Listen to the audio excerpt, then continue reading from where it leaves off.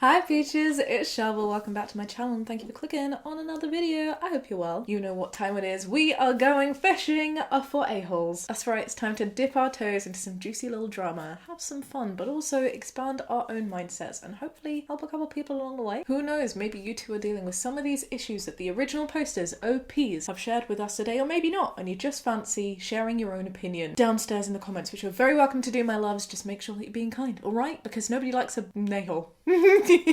As always, a huge thank you to the Backstage Peaches for their ongoing support on this channel. If you'd like to find out more about being a Backstage Peach, you can take a look at the join button down there somewhere. But for now, let's get on with our first Am I the A-hole post. Am I the arsehole for leaving my friend's, oh dear, friend's wedding when she told me I needed to cover up my psoriasis? Okay, we're starting strong here, I see. I, 24-year-old woman, have psoriasis. It's all over my body and it presents like vitiligo in a way, just so you get an idea of what it looks like in your head. I have medicated cream that helps with the itchiness and also it helps with the dryness. The psoriasis is all over my body with it stopping right on my neck, and I do have a few spots on the sides of my face near my ears. I hope, OP, that you're just doing this because you feel comfortable providing us with like an overview. Don't feel like you have to like justify ever anyone dealing with things that may be outside of the norm. I've always been pretty embarrassed as I can't cake on enough makeup to truly cover my psoriasis as it's textured and thick, and on top of that, no matter what I do or however I attempt to apply said makeup, it always looks horrible. My doctors also recommended not to smother the areas with makeup as it tends to make it worse and itchier. I get where your doctors are coming from, right? It's pretty well known that if you've got something that's itchy, you gotta let it breathe. It's okay. Don't feel like you need to cover it up. Easy for me to say. It's perfectly normal and okay to feel embarrassed, and it's perfectly normal and okay to want to be like, hey, I don't need to cover it up. That's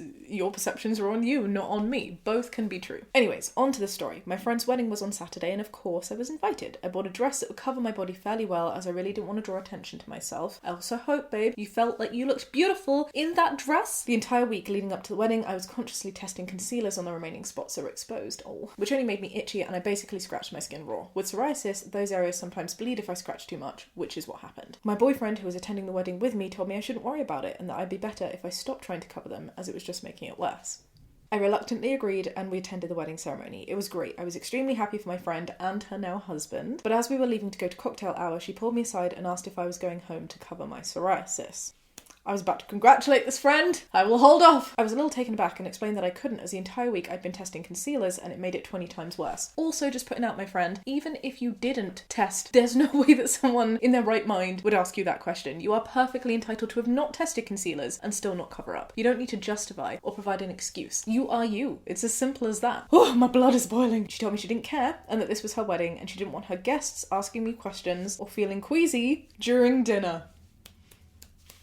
I must smack a bitch. Where is she? This is not okay. My boyfriend stepped in. Ooh, isn't that a pleasant surprise? And told her that if that was the case, we'd be leaving and not attending the rest of the wedding. She was pissed off and extremely angry at that choice, and ever since then she's been ranting to our friends about it. Am I the asshole here? Babe, you are not the asshole. And there's no badge to go here, but your boyfriend is particularly lovely. The amount of times that I've seen these Am I the asshole posts, we've gone through them, right? I just feel that in contexts where you are there with a friend or people are there with a partner, their partner just never steps in or does anything. And I appreciate sometimes it's good that you want to fight your own battles. I get that. I appreciate that. Many times I want the same, but I think about when it happens with me and Jamie and I'm like, come on a second, hold my earring, I've got this. But it's so nice to see someone actually stand up for someone else. That is super cool. Babe, I'm sorry you wasted your time going to this arsehole's wedding. That is not okay. And the fact that they're ranting to your other friends about it, I hope the other friends are like, bridezilla, should I say? You cannot dictate what other people wear or do, especially in situations like this, where people with psoriasis and other body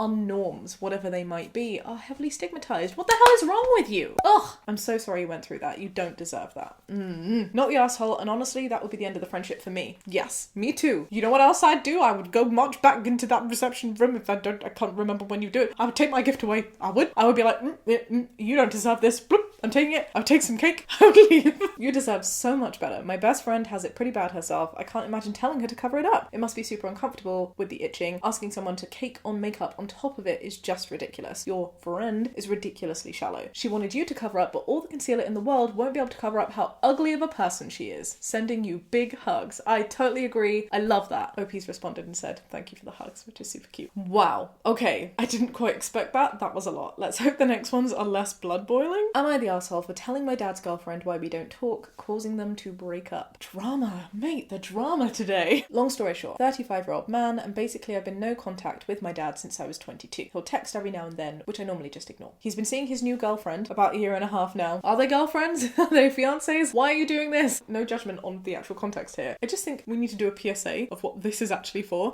I'm sorry.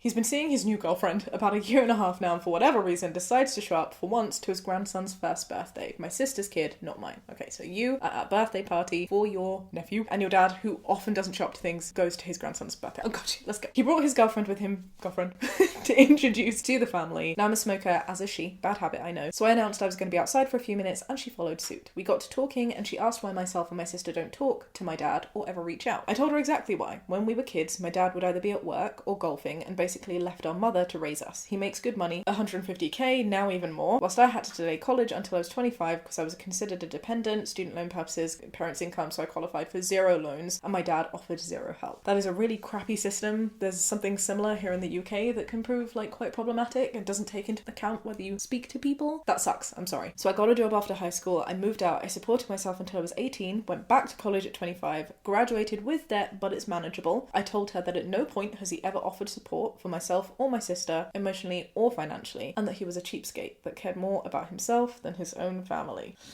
Ooh, I mean, yeah, I guess you're entitled to say it. It's your experience. You've been asked. You are welcome to share. It's not like you're showing other people's story because that is your story. To my surprise, she'd already started noticing these characteristics of my father, and hearing what I'd said just confirmed everything for her. They broke up a few days later after she called him a deadbeat dad and a cheapskate. My father's been blowing up my phone, calling me an entitled a-hole and saying that I was an adult and should have been capable of doing it on my own, which I did at 18 with no help. And yes, you're allowed to flex that. Well done. He said I had no right to say that, and I told him that maybe if he'd been a father, I wouldn't have needed to. Am I the a-hole for airing out my grievances to my dad's now ex-girlfriend? Ooh, no. I don't think you are the asshole. Let me explain. The reason that I'm a tiny little bit hesitant is I'm thinking people have the ability to grow. And yes, he may have been a particular way when you were younger, and that's not okay. But if he was able to own up to his actions and change how he is now, then everybody deserves a second chance, you know? So in that sense, the fact that he's there at the grandson's birthday maybe suggests something. But at the same time, it doesn't mean that you need to be quiet about what you went through. You're very within your rights. You're very entitled to share your experiences and to be mad about those experiences, and to not all the time, because that can be an unhealthy practice to also rely on too much, but to also call out those people and remind them that, hey, you know, there was a time where we were not okay. And 2 other things to point out. It's not like you instigated the conversation, right? The partner, the girlfriend, instigated the conversation by asking you. You were just answering a question based on your own experiences. You weren't just being like, oh, hey, by the way, do you know my dad sucks? La la la la la. And secondly, it's not like she was unaware of these issues. The way that you phrased it, you said that all of the things that you had said had just confirmed that traits that she'd already seen were actually ingrained in his being for a while. So it's not like you went into a perfectly happy relationship where she wasn't questioning anything at all and planted these seeds for the very first time. So for that reason, I don't think you're the arsehole. Would I have done the same? That's my question. Yeah, you know what? Maybe I would have done. Considering how you're feeling about him, I assume that maybe he wasn't trying at the party because you haven't suggested that that was the case, and you clearly still consider him a deadbeat. In those cases, I probably would have not held back. Do you agree?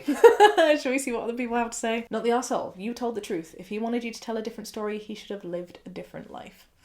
It is true. It's so brutal, and it's true. But at the same time, I do just want to remind people that people can grow, and when people do grow, sometimes it's not always a good idea to bring up the past. It can inhibit someone's growth, and it can cause a lack of trust if all you're doing, especially when good moves are being made, are reminding them of the past. Sometimes we do need that closure and to be able to move on, and I just wanted to put that out there. And it sounds like she asked to confirm rather than question exactly that. Okay, I feel like both of these have been very straightforward so far. Normally we do these Am I the a-holes, and I'm like, oh my gosh, I have such a brain fart moment. But no, they've been pretty alright. Should we do one more, my loves? Am I the a-hole for making up ridiculous stories as to how I lost my eye because I'm tired of people asking? I lost my right eye to cancer in my earlier teen years. It was a struggle to adapt, but 13 years later, I'm very much used to it. Now, I hate wearing a prosthetic eye. I've got 3 of them that I've gotten over the years, but due to scar tissue in my eye socket that healed odd, the prosthetic rubs against it and makes me incredibly uncomfortable. uncomfortable, so I usually just wear an eye patch instead. And that obviously brings the attention of most people. Over the 13 years, I've gotten somewhat used to people being asked about it, but I still find it annoying. And it's not so much the asking how I lost my eye that bugs me, it's the fact that every time when I give a short answer to the question, basically just telling them that I had cancer, people start asking rather personal questions about it. These people asking are not my friends, they're not people that I know besides seeing them in class or on campus. Oh, babe, I mean, I don't have a prosthetic eye, but people just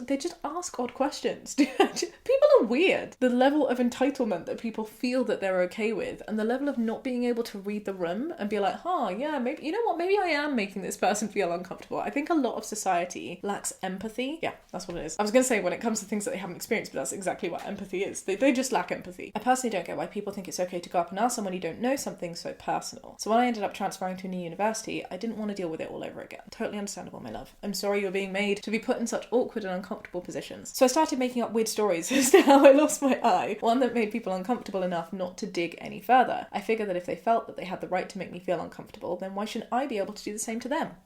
Fair. So as time went on and people kept asking me about it, the stories as to how I lost my eye became more and more ridiculous. I'm honestly shocked that people believed half of them. For example, I actually told someone that it was because my sister poked it out with a pencil when I was a kid and then our dog ate it. Someone actually believed that. Well, eventually everyone found out the stories I've been telling aren't true, and now a few people are mad. F them, babe. One of my friends thinks I went too far, but honestly, I just don't get why people think they deserve a backstory to someone else's trauma. I'm not a TV show character here for your entertainment. I'm a person who had to completely change her life to adapt, and it wasn't easy. Am I the a-hole for making up ridiculous stories as to how I lost my eye because I'm tired of people asking? No! You are not the asshole, my love, and you are also not the first person to feel this way, so I hope you don't feel alone. You're right, you're not a TV character, and you don't owe the world everything, especially if talking about it, or thinking about it, or being asked more questions about it makes you confront pasts, traumas, feelings that you may not be ready to confront. No one else should dictate when that moment is. You are so not the asshole, and I also want to point out a gorgeous person. Kelsey Ellison is super, super duper cool. She's such a kind soul, and she talks a lot about having a prosthetic eye, but also just is a boss at living life and being so beautifully talented and amazing, particularly with dancing. I've learned a lot from Kelsey, and I think it's so cool how open and comfortable she is sharing her experiences with having a prosthetic eye. Also, how awesome her fashion moments can become as a result. It is very cool, and I totally appreciate not everybody has to be that way, not everybody has to be open, but sometimes it can just feel nice to know that there are other people out there doing that. It can make you feel less alone, it can make you feel more comfortable, who knows. I just wanted to say she's an amazing person that exists, and you should absolutely go check her out. A lot of the comments on this forum, I have to say, it's quite adorable. It's people providing more fake excuses to encourage OP with sharing the very fake and wild stories, which I love, and a bunch of other people who also have experiences either having a prosthetic eye or other kinds of prosthetics and A's saying, I'm stealing all of these, which is brilliant. Be super serious and quiet for a moment and say, eye for an eye. I'm just terrible at keeping track of stuff. I looked, but I couldn't find it. I had to, so I sold the extra. Brilliant. I see you. But honestly, my love, I hope you can see from the responses here that you are absolutely not the asshole for not wanting to talk about it. Everybody else sucks here for not understanding personal boundaries. It's as simple as that. And for any of you gorgeous peaches watching, whether it's psoriasis, a prosthetic eye, or anything else, easier said than done, I know, but don't ever feel that you deserve to be alienated or that other people deserve to know more information about you just because you might be a little different to the status quo. Could even be as simple as being brown in a white society. It's your body, it's your story, and it's on your terms that you decide who, when, where, what, whenever, if you want to share any of that stuff. Alright, my loves. No assholes, huh? No assholes in today's fishing. I hope you enjoyed this video. If you did, give it a thumbs up, subscribe if you'd like to see more. We do these every week here on the Shaaba channel. I'll see you next time with another video. Be kind and have a great day. Bye.